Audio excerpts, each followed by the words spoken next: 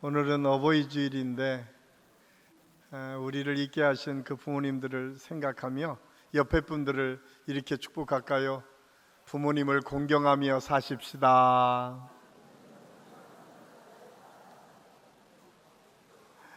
여기 지금 대부분 공경 받아야 될 분들이다 라고 생각하셔서 좀 쑥스럽기는 하지만, 그래도 우리의 마음속에 우리 부모님들을 공경하는 마음이 얼마나 소중한지를 다시 한번 생각했으면 좋겠습니다. 제가 오늘 말씀을 준비하면서 그런 생각을 했습니다. 저는 세상 말로 하면 조실 부모, 우리 아버님은 일찍 돌아가셨습니다. 국민학교 5학년 때 돌아가셨기 때문에 아버지에 대한 기억은 그렇게 많지 않습니다. 그래도 저희 어머니가 제가 대학을 다닐 때 돌아가셨기 때문에 그래도 저하고 꽤 오랫동안 함께 살았던 기억들이 있는데, 저는 참 감사하게도 저희 어머니에게는 아주 따뜻한 기억들이 있습니다. 어쩌면 제가 사역을 할 때에 가장 잘할 수 있도록 해주신 분이 아마 저희 어머니가 아닐까. 제가 저희 어머니를 기억하면 그 시골 지역이었지만 성경을 늘 읽었던 어머니로 기억합니다. 하나님의 말씀을 늘 가까이 하면서 농사일을 짓고 굉장히 바쁘신 중에도 틈틈이 성경을 읽으셨던 어머니가 기억납니다. 참 저희 가정이 무너지는 시간이 꽤 오랫동안 있었던 것 같아요. 그런데 그 순간순간 흔들리지 않고 하나님께 기도했던 어머니의 모습이 제게 늘 있습니다.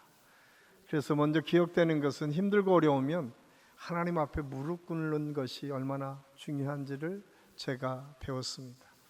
그리고 기도할 때마다 저희 어머니가 두 구절을 늘 저한테 남겨주셨어요. 하나는 사도 바울의 고백입니다. 고린도전서 12장 10절, 스스로 섰다 하는 자 넘어질까 조심해라. 늘 섰다 할 때 그때가 넘어질까 조심하라고 하는 하나님의 명령이었습니다. 또 하나는 시편 117편 1절 말씀, 하나님께서 성을 지켜주시지 아니하면, 지금이야 성경이 좀 바뀌었지만 예전에 개역 성경에는 바숫간의 경성함이 허사로다. 바숫꾼이 아무리 그 가정을 지키려고 한들 하나님께서 지켜주시지 않으면 안 된다라고 하는 사실을 기도를 통해서 늘 가르쳐 주셨습니다. 어쩌면 제가 지금 목회하는 모든 과정에서 그 말씀이 기준이 되어서 언제 어디서나 겸손함을 배웠고, 또 하나님께서 주시는 은혜를 통해서 모든 것이 하나님께서 지켜주시지 않으면 결코 세워지지 않을 수, 가정도 교회도 하나님께서 지켜주셔야만 된다는 사실을 깨닫게 되었습니다.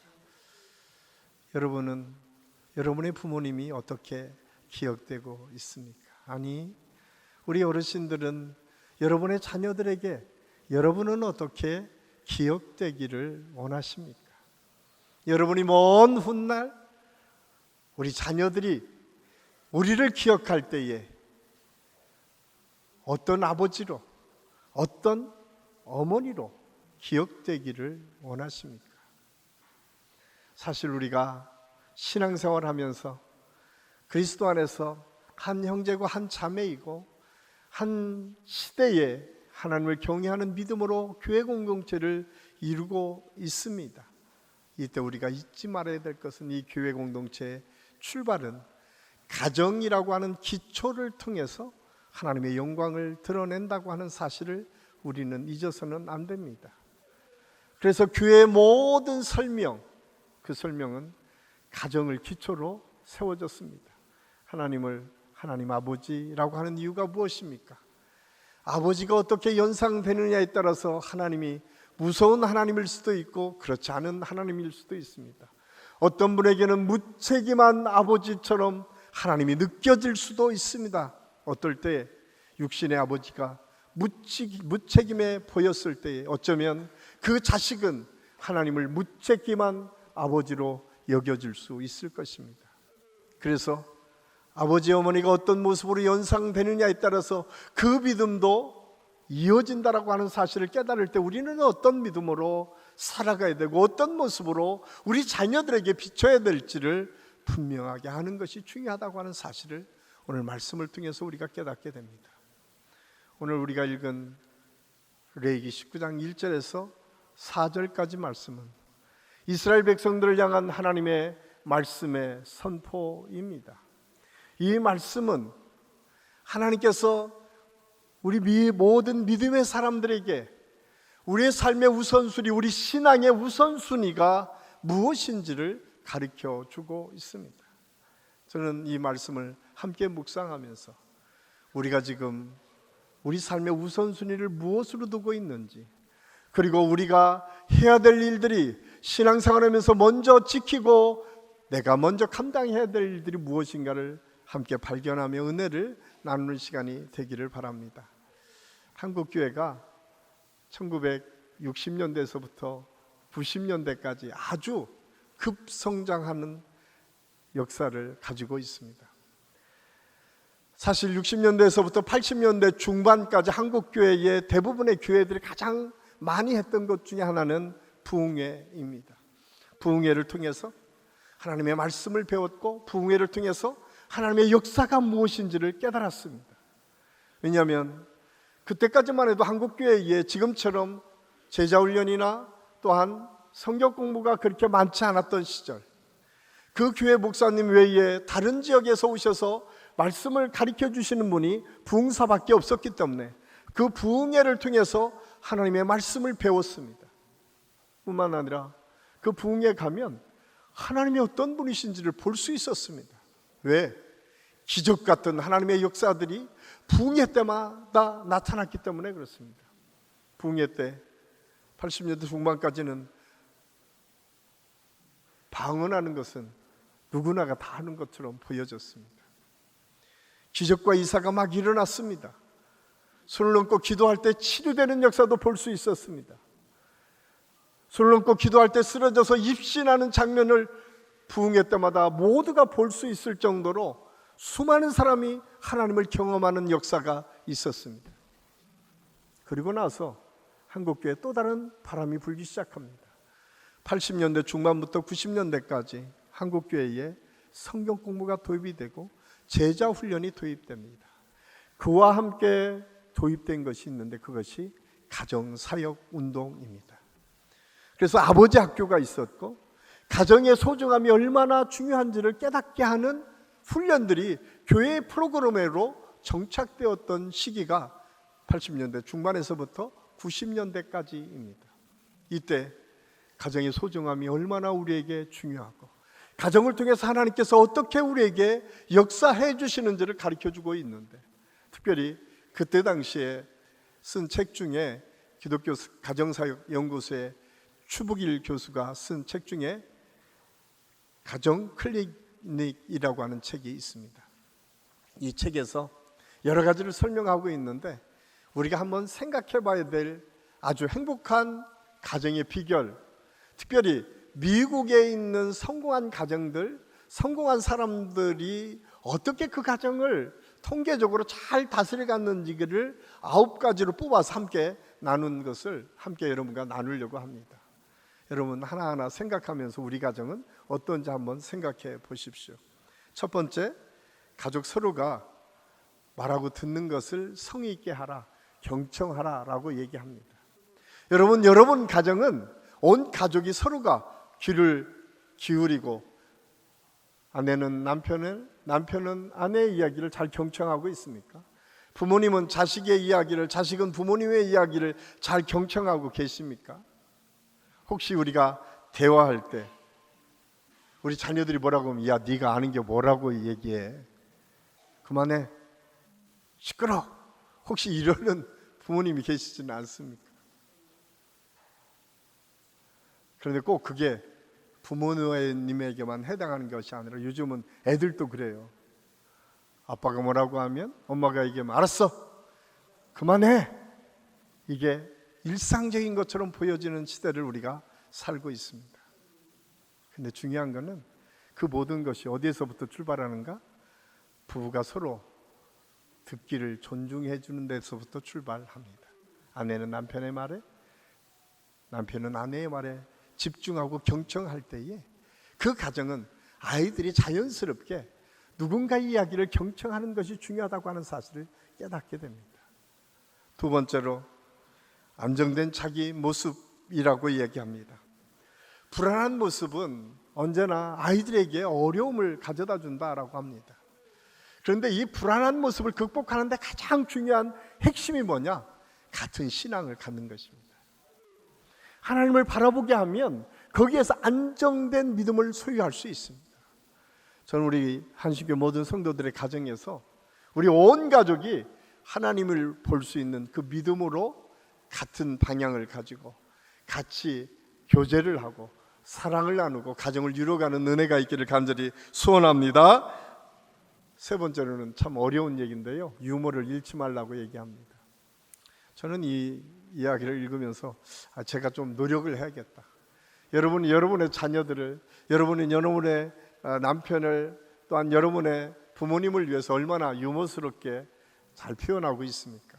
유머는 우리에게 참 생동감을 주는 좋은 비결이라고 얘기합니다. 그래서 유머는 우리가 훈련하고 노력할 수 있어야 돼요. 네 번째로 분쟁은 빨리 매듭지으라고 얘기합니다. 싸우면 하루를 넘기지 말라고 얘기합니다. 사도 바울도 에베소 4장 26절에서 분을 내어도 해가 넘지 않도록 하라고 우리에게 말씀해 주고 있습니다. 저는 우리 교회 안에 혹시 여러분 불편하게 다툴지라도 해를 넘기지 마십시오. 그것이 하나님께서 주시는 지혜입니다. 다섯 번째로는 모든 것을 분명히 하는 것이 건강 가정의 원칙이다. 특별히 여기에서는 준법 정신, 정의감, 정직, 공중 도덕을 가르치라고 얘기합니다.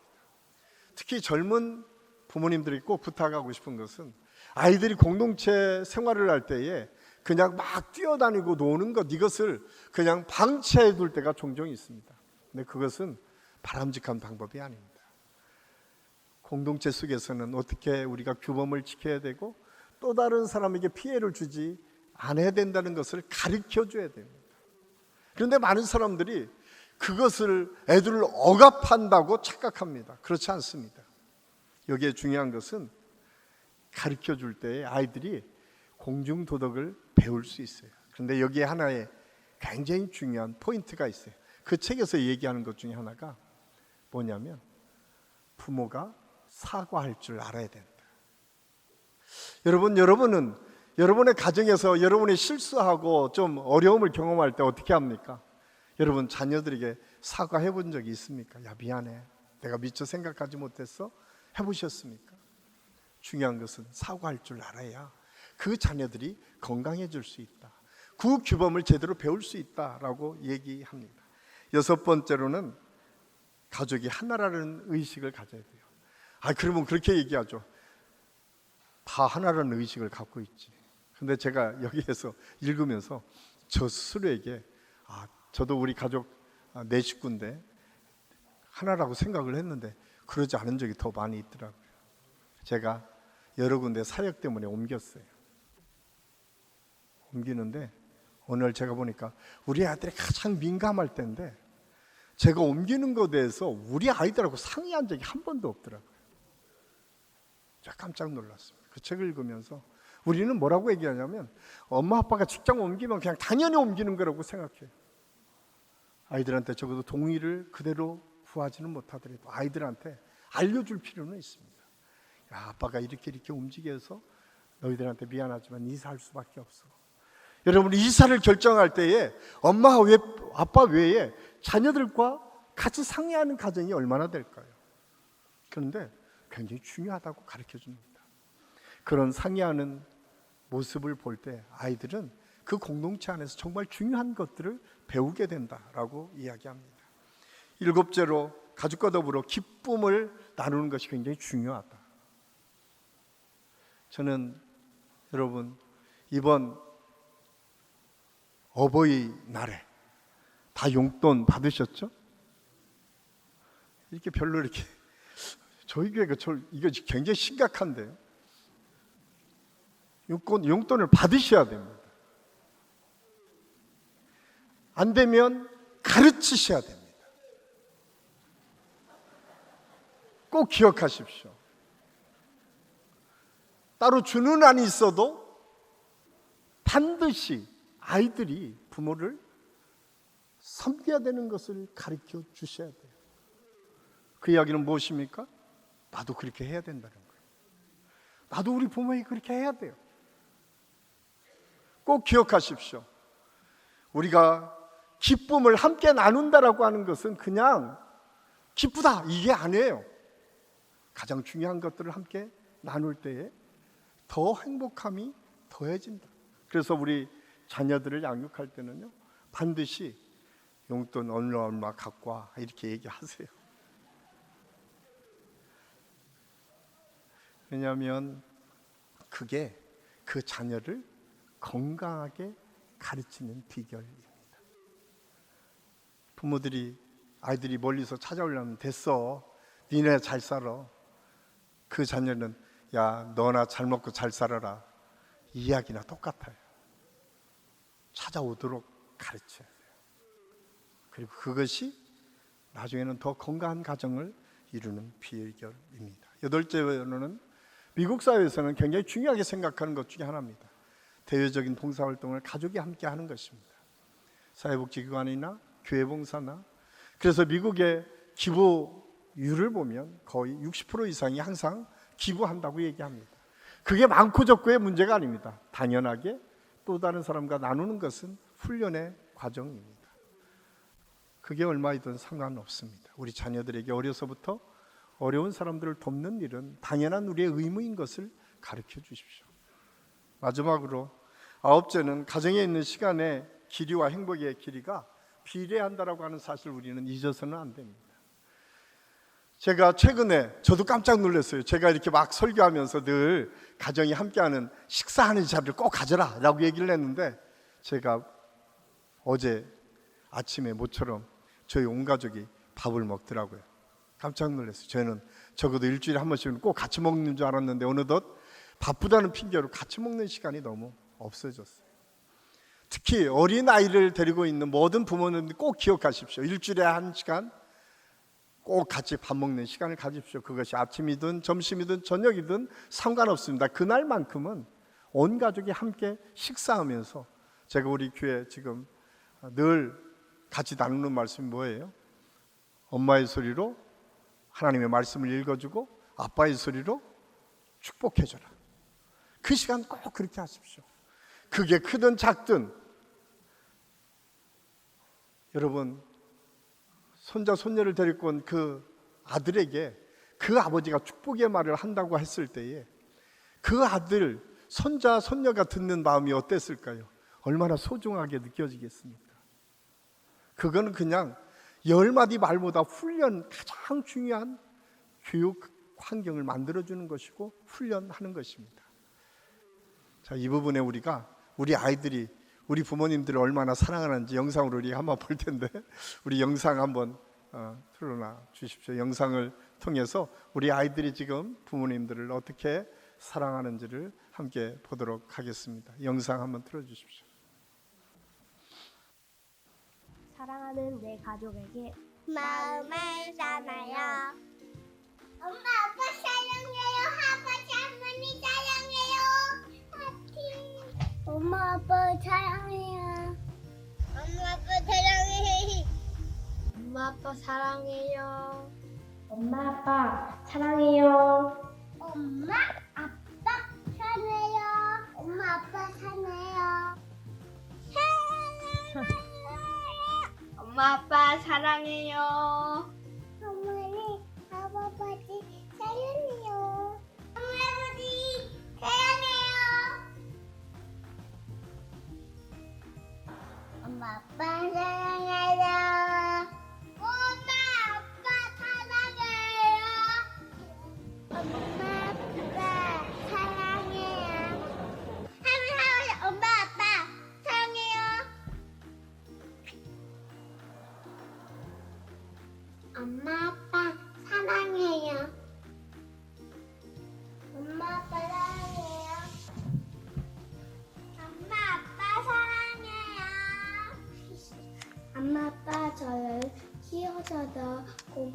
있고요. 사랑해도 고맙고 말할 게 있는데요. 사랑해요. 어머니 아버지 저희를 아껴주시고 저희 사랑해주셔서 항상 너무 감사하고 너무 사랑합니다. 저를 낳고 키워줘서 정말 감사합니다. 항상 저와 함께하고 행복한 추억 남게 해주셔서 정말 감사합니다. 사랑합니다. 엄마 아빠 사랑해요. 항상 제가 먹고 싶어 하던 요리를 엄마가 해주셔서 감사해요. 그리고 엄마가 항상 사랑한다고 말해주셔서 정말로 감사해요. 엄마 사랑해요. 엄마 저를 키워주시고 낳아주셔서 감사합니다. 그리고 맛있는 요리를 많이 해주셔서 감사합니다. 엄마 사랑해요.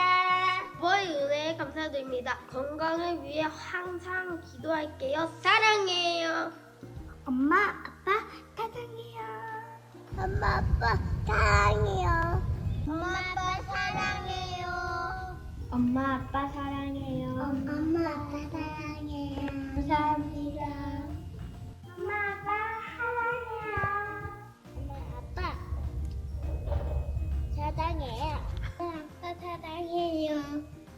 엄마 아빠 사랑해요. 엄마 아빠 사랑해요. 뿌이.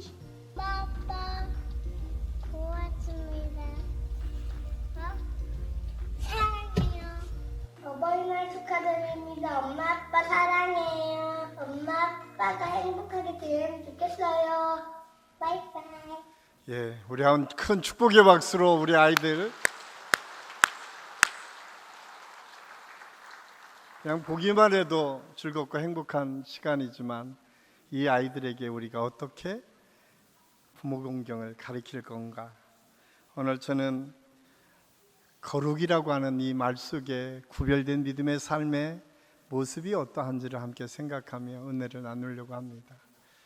오늘 레위기의 이 말씀은 이스라엘 백성들에게 가장 중요한 것이 무엇인지를 우리에게 가르쳐 주고 있습니다. 그래서 우리의 신앙의 출발, 그 출발은 부모 공경을 통해서 시작됩니다. 사실 여러 가지 통계는 우리를 참 우울하게 만들어줍니다. 우리가 결혼식을 요즘 많이 하고 있지만 전체적인 결혼의 숫자들을 보면 1000명 중에 3.8명만이 결혼을 한다는 거예요. 더 아프고 힘든 것은 우리나라의 출산율입니다.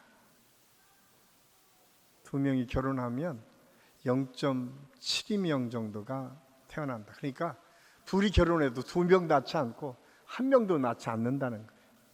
이게 얼마나 무서운 수치냐면 사실은 동독이 전쟁 때에 가장 적게 나서 세계적으로 0.7% 정도가 가장 적다고 하는데 우리나라가 그것을 계속 경신하고 있고 아마 내년 정도 되면 우리나라는 0.6%대로 떨어질 것이다 라고 예측하고 있습니다. 근데 이것이 얼마나 무섭냐면요, 이제 초등학교가 다 없어지고요, 우리의 인구가 얼마 지나지 않으면 반절도 안 되게 된다라고 하는 사실입니다. 그런데 이 모든 것의 출발이 어디서부터 오는가? 가정에서부터 오고, 건강한 가정, 행복한 가정을 우리가 만들지 못하면서 나타나는 현상임을 우리는 잊어서는 안 됩니다. 오늘 성경을 통해서 우리에게 주시는 말씀은 무엇인가? 하나님을 경외하는 것처럼 내 부모를 경외하라. 이 경외라고 하는 말이 히브리어로 티라우라고 하는 말로 쓰여져 있는데, 이 히브리어 야레라고 하는 이 말로 쓰여진 이 경외는 레위기에 있는 이 말씀에만 기록되어 있어요. 이 말은 인간에게 사용한 것은 유일하게 부모님들을 경외하라고 하는 말에 사용됐어요.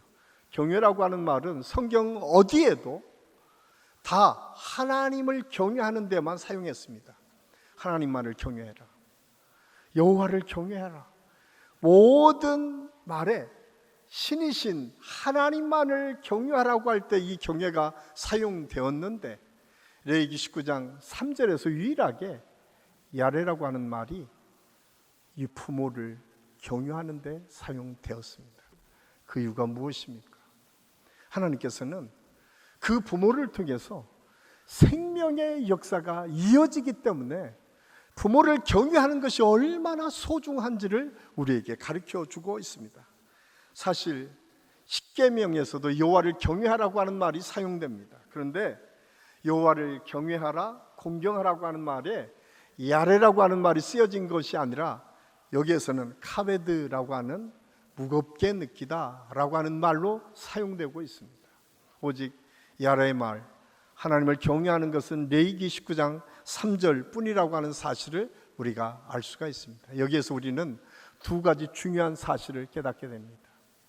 하나는 하나님을 대신하는 믿음의 모습이 우리 부모를 통해서 나타난다는 사실이에요. 성경은 끊임없이 하나님을 소개할 때에 하나님 아버지라고 소개하죠.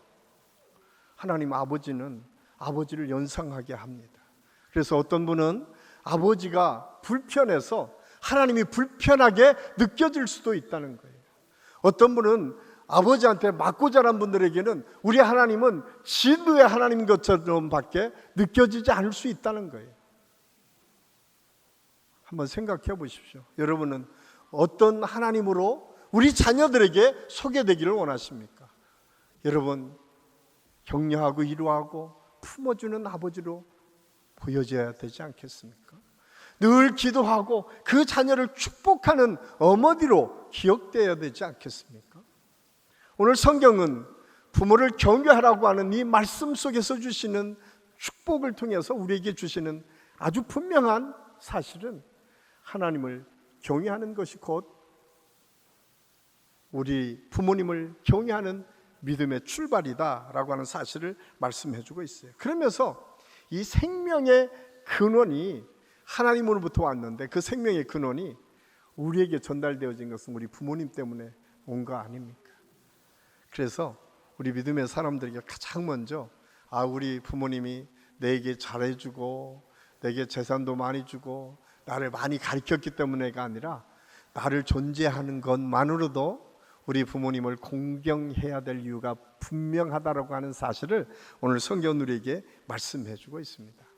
그래서 우리 한식교 모든 성도들이 어떤 부모님이든 상관없이 먼저 우리가 내 생명을 있게 하신 부모님에게 공경의 마음을 품을 수 있기를 간절히 소원합니다. 꼭 기억하십시오.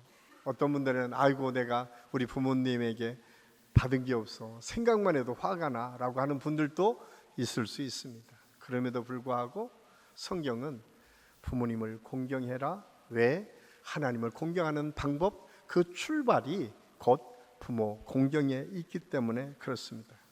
그래서 성경은 부모를 공경하지 않는 사람들에 대해서 아주 무섭게 책망을 하십니다. 어느 정도냐면요, 출애굽기 21장 15절 말씀에 보면 자기 아버지나 어머니를 치는 자는 반드시 죽일지니라. 아버지 때리면 죽이라고 얘기하고 있어요. 17절은 우리 같이 한번 읽겠습니다. 자기의 아버지나 어머니를 저주하는 자는 반드시 죽일지니라. 참 무섭죠? 하나님께서는 저주하는 자라도 죽여라. 왜냐하면 생명의 근원이 거기에 있는데 그 생명을 무시하고 생명을 인정하지 않기 때문에 당연히 죽여야 된다라고 성경은 아주 분명하게 말씀하고 있습니다. 그러면서 잠언 19장 26절에서는 아비를 구박하고 어미를 쫓아내는 자는 부끄러움을 끼치며 능욕을 부르는 자이다. 그러니까 수치를 당하고 욕먹는 자리를 가는 사람은 부모를 우습게 여기는 사람일 것이다라고 아주 분명하게 선언하고 있습니다. 그러면서 우리에게 뭐라고 말씀하는가? 믿음의 사람들이 가져야 될 부모에 대한 가장 중요한 마음이 무엇인가? 잠언 23장 22절 말씀 우리 같이 한번 읽겠습니다. 너를 낳은 아비에게 청종하고 내 늙은 어미를 경히 여기지 말지니라. 아멘. 네 부모를 늘 존중히 여기고 그 부모님의 말씀에 경청하여라. 뿐만 아니라 부모님을 가볍게 여기지 말고 무겁게 여겨라. 업신 여기지 말라. 우리 어머니가 못 배웠다고, 가진 게 없다고, 연약하다고 무시하지 말라고. 무시하게 되면 능욕을 받게 될 것이다라고 성경은 아주 분명하게 말씀해 주고 있습니다. 사랑하는 한식교회 성도 여러분, 여러분의 부모님에 대한 여러분의 마음은 어떻습니까? 형편에 따라 달라질 수 있습니다. 그러나 분명한 것은 성경의 가르침은 무엇 때문에가 아니라 명령으로 아주 분명하게 먼저 가르쳐주고 있는 것은 부모를 공경하고 경외하는 것이 중요하다라고 말씀하고 있습니다. 그 이유는 성경이 축복이 그 속에 담겨져 있기 때문에 그렇습니다. 부모 공경은 축복이 담겨 있는 약속입니다. 성경은 하나님을 경외하는 자에게 주시는 특별한 은혜가 있는데 잠언 22장 4절 말씀에 보면 겸손과 여호와를 경외함의 보상은 재물과 영광과 생명이니라. 너희가 이 땅의 삶을 살 때에 하나님만을 경외하게 되면 그 경외하는 사람에게는 재물을 주실 것이고 영광스러운 삶을 주실 것이고 하나님의 축복을 통해서 장수하는 은혜를 줄 것이다 라고 말씀하고 있습니다. 그런데 그 생명의 복이 동일하게 적용된 경외가 있는데 부모를 공경하고 경외하는 것입니다. 그래서 출애굽기 20장 12절 말씀에 보면 이렇게 기록되고 있습니다. 우리 같이 한번 읽겠습니다. 내 부모를 공경하라. 그리하면 내 하나님 여호와가 내게 준 땅에서 내 생명이 길. 이 땅에서 오래 살고 싶은 분 부모 공경하십시오. 에베소 6장 2절 3절 말씀은 이렇게 약속하고 있습니다. 우리 같이 한번 읽겠습니다. 내 아버지와 어머니를 공경하라. 이것은 약속 있는 첫 계명이니 이로써 내가 잘되고 땅에서 장수하리라. 부모님을 공경하면 땅에서 너희가 하는 일이 잘 될 것일 뿐만 아니라 장수할 것이다 라고 말씀합니다. 이 말씀을 들으면 우리는 어떻게 생각해요? 이거 우리 아이들이 들었으면 좋겠다 라고 생각하잖아요. 그런데 이 말씀에 드려야 될 대상, 1차적 대상은 어쩌면 저와 여러분이라고 하는 사실을 우리가 잊어서는 안 됩니다. 왜냐하면 성경에서 어린아이를 대상으로 이 말씀을 선포하고 주신 게 아니에요.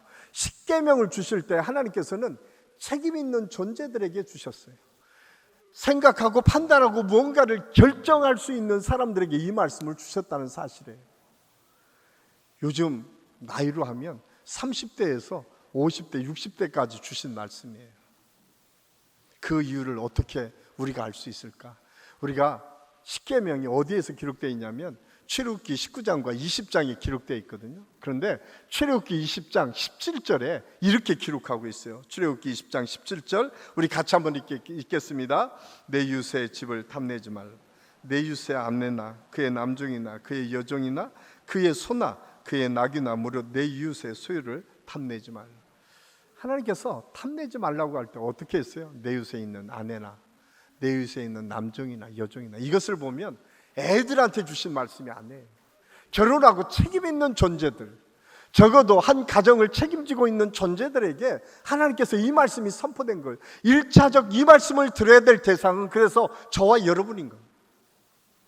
우리는 가끔 이 부모를 효도하라고 하는 것은 아이들에게 해당한다고 생각하는데 그렇지 않다는 거예요. 성경은 아주 분명하게 우리 믿음의 사람들, 특히 책임을 지는 존재들에게 먼저 부모를 공경하는 것을 가장 우선순위로 삼으라고 말씀합니다.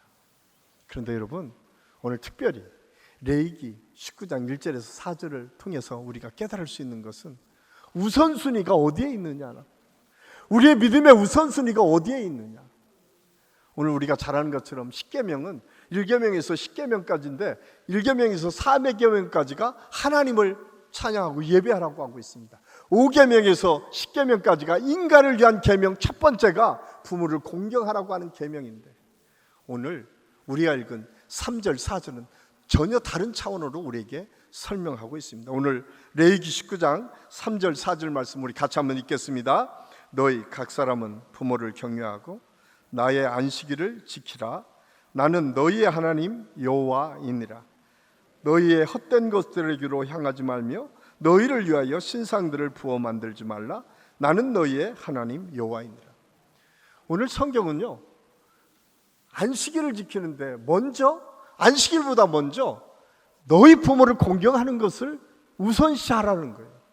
너희가 주일을 성수하는 믿음을 가지고 하나님께 예배하는 자리에 가기 전에 너희 부모를 존경하고 사랑하는 것이 그 안식일을 지키는 것과 같다라고 말씀하고 있어요. 더 무서운 거는요, 그 다음입니다. 헛된 우상을 섬기지 말라고 하는 것은, 우상을 만들지 말라고 하는 것은 두 번째 계명이에요. 첫 번째 계명은 나 외에 다른 신을 위하지 말라. 헛된 것은 1계명을 얘기하고 있어요. 3계명은 뭐라고 합니까? 우상을 만들지 뿐만 아니라 망령되이 일컫지 말라고 했는데, 이 1계명에서 4계명이 어떤 말씀을 통해서 부모를 경외하는 그것을 통해서 나타난다는 거예요.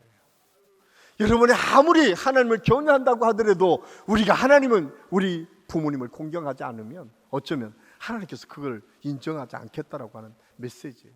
우선순위가 어디에 있느냐라고 우리에게 지금 질문하고 있어요. 오늘 레이 기자는 우리에게 말씀하고 있어요. 너희의 삶의 우선순위가 어디에 있느냐. 우리가 안식일을 지키고 주일을 지키는 거 너무나 중요한 믿음의 모습입니다. 그런데 그 전에 부모를 공경하십시오. 우상을 만들지 않고 다른 우상을 섬기지 않는 거 너무나 중요하고 소중합니다. 그 전에 우리 살아계신 부모님, 우리 부모님을 공경하는 것이 얼마나 소중한지를 우리에게 가르쳐 주고 있습니다. 저는 오늘 이 말씀을 준비하면서 우리 한신교회 모든 성도들의 가정에서 어떤 믿음의 모범이 보여져야 될까를 함께 생각했습니다. 여러분, 우선순위가 어디에 있습니까? 제가 매년 꼭 이 어버이 주일에 질문하는 한 가지가 있습니다. 여러분이 자식이 아프고 여러분 부모님이 아프면 여러분 어디를 먼저 가십니까? 대답하기 참 쉽지 않죠. 물론 자식이 급한 병인데 부모님을 따라가라는 얘기가 아닙니다. 우선순위를 어디에 둘 수 있을 것이냐. 여러분의 자녀가 여러분이 아플 때 먼저 찾아오기를 원하시는 분이 계시면 분명하게 여러분 부모를 먼저 찾아가십시오. 왜냐하면 자식은 배운 대로 하거든요. 여러분 자식을 먼저 앞세우기 시작하면 그 자식도 반드시 여러분을 찾아오지 않고 그 자식을 향해서 가게 될 것입니다. 꼭 기억하십시오. 성경은 우리에게 먼저 보여주라고 말씀하십니다. 너희가 먼저 부모를 공경하고 너희가 먼저 부모가 얼마나 소중한지를 깨달으라고 말씀하고 있습니다. 믿음은 그냥 보이지 않는 하나님을 공경한다는 것으로 끝나지 않습니다. 살아계신 보이는 부모님을 공경하고 사랑하고 섬기는 모습을 통해서 우리의 믿음이 더 성장하고 성숙해질 수 있다고 하는 사실을 깨닫고, 저는 우리 한식교회 모든 성도들 가정에서 이 믿음의 아름다운 모습이 이어지고 믿음의 전통이 계속 이어지는 축복을 누릴 수 있기를 예수님의 이름으로 간절히 축원합니다. 기도하겠습니다. 아버지 하나님, 은혜를 감사합니다. 오늘 어버이 주일을 통해서 우리가 어떤 마음과 어떤 생각을 가지고 신앙생활을 해야 될지를 함께 생각했습니다. 먼저 부모님을 공경하는 것이 얼마나 소중하고 중요한지를 깨달았습니다. 주님, 우리 삶의 우선순위에 부모를 공경하는 것을 둘 수 있는 지혜로운 믿음의 성도들이 다 될 수 있도록 하나님께서 인도하여 주시옵소서. 특별히 우리 사랑하는 성도들 가정에서 이런 아름다운 모습들이 보여짐으로 우리 미래의 세대, 우리 자녀들이 그 믿음을 이어갈 뿐 아니라 대대손손 하나님의 축복을 이루어가기에 부족하지 않도록 하나님께서 역사하여 주시옵소서. 오늘도 우리 함께 하시는 주님을 찬양하며 예수님의 이름으로 감사드리며 기도하옵나이다. 아멘.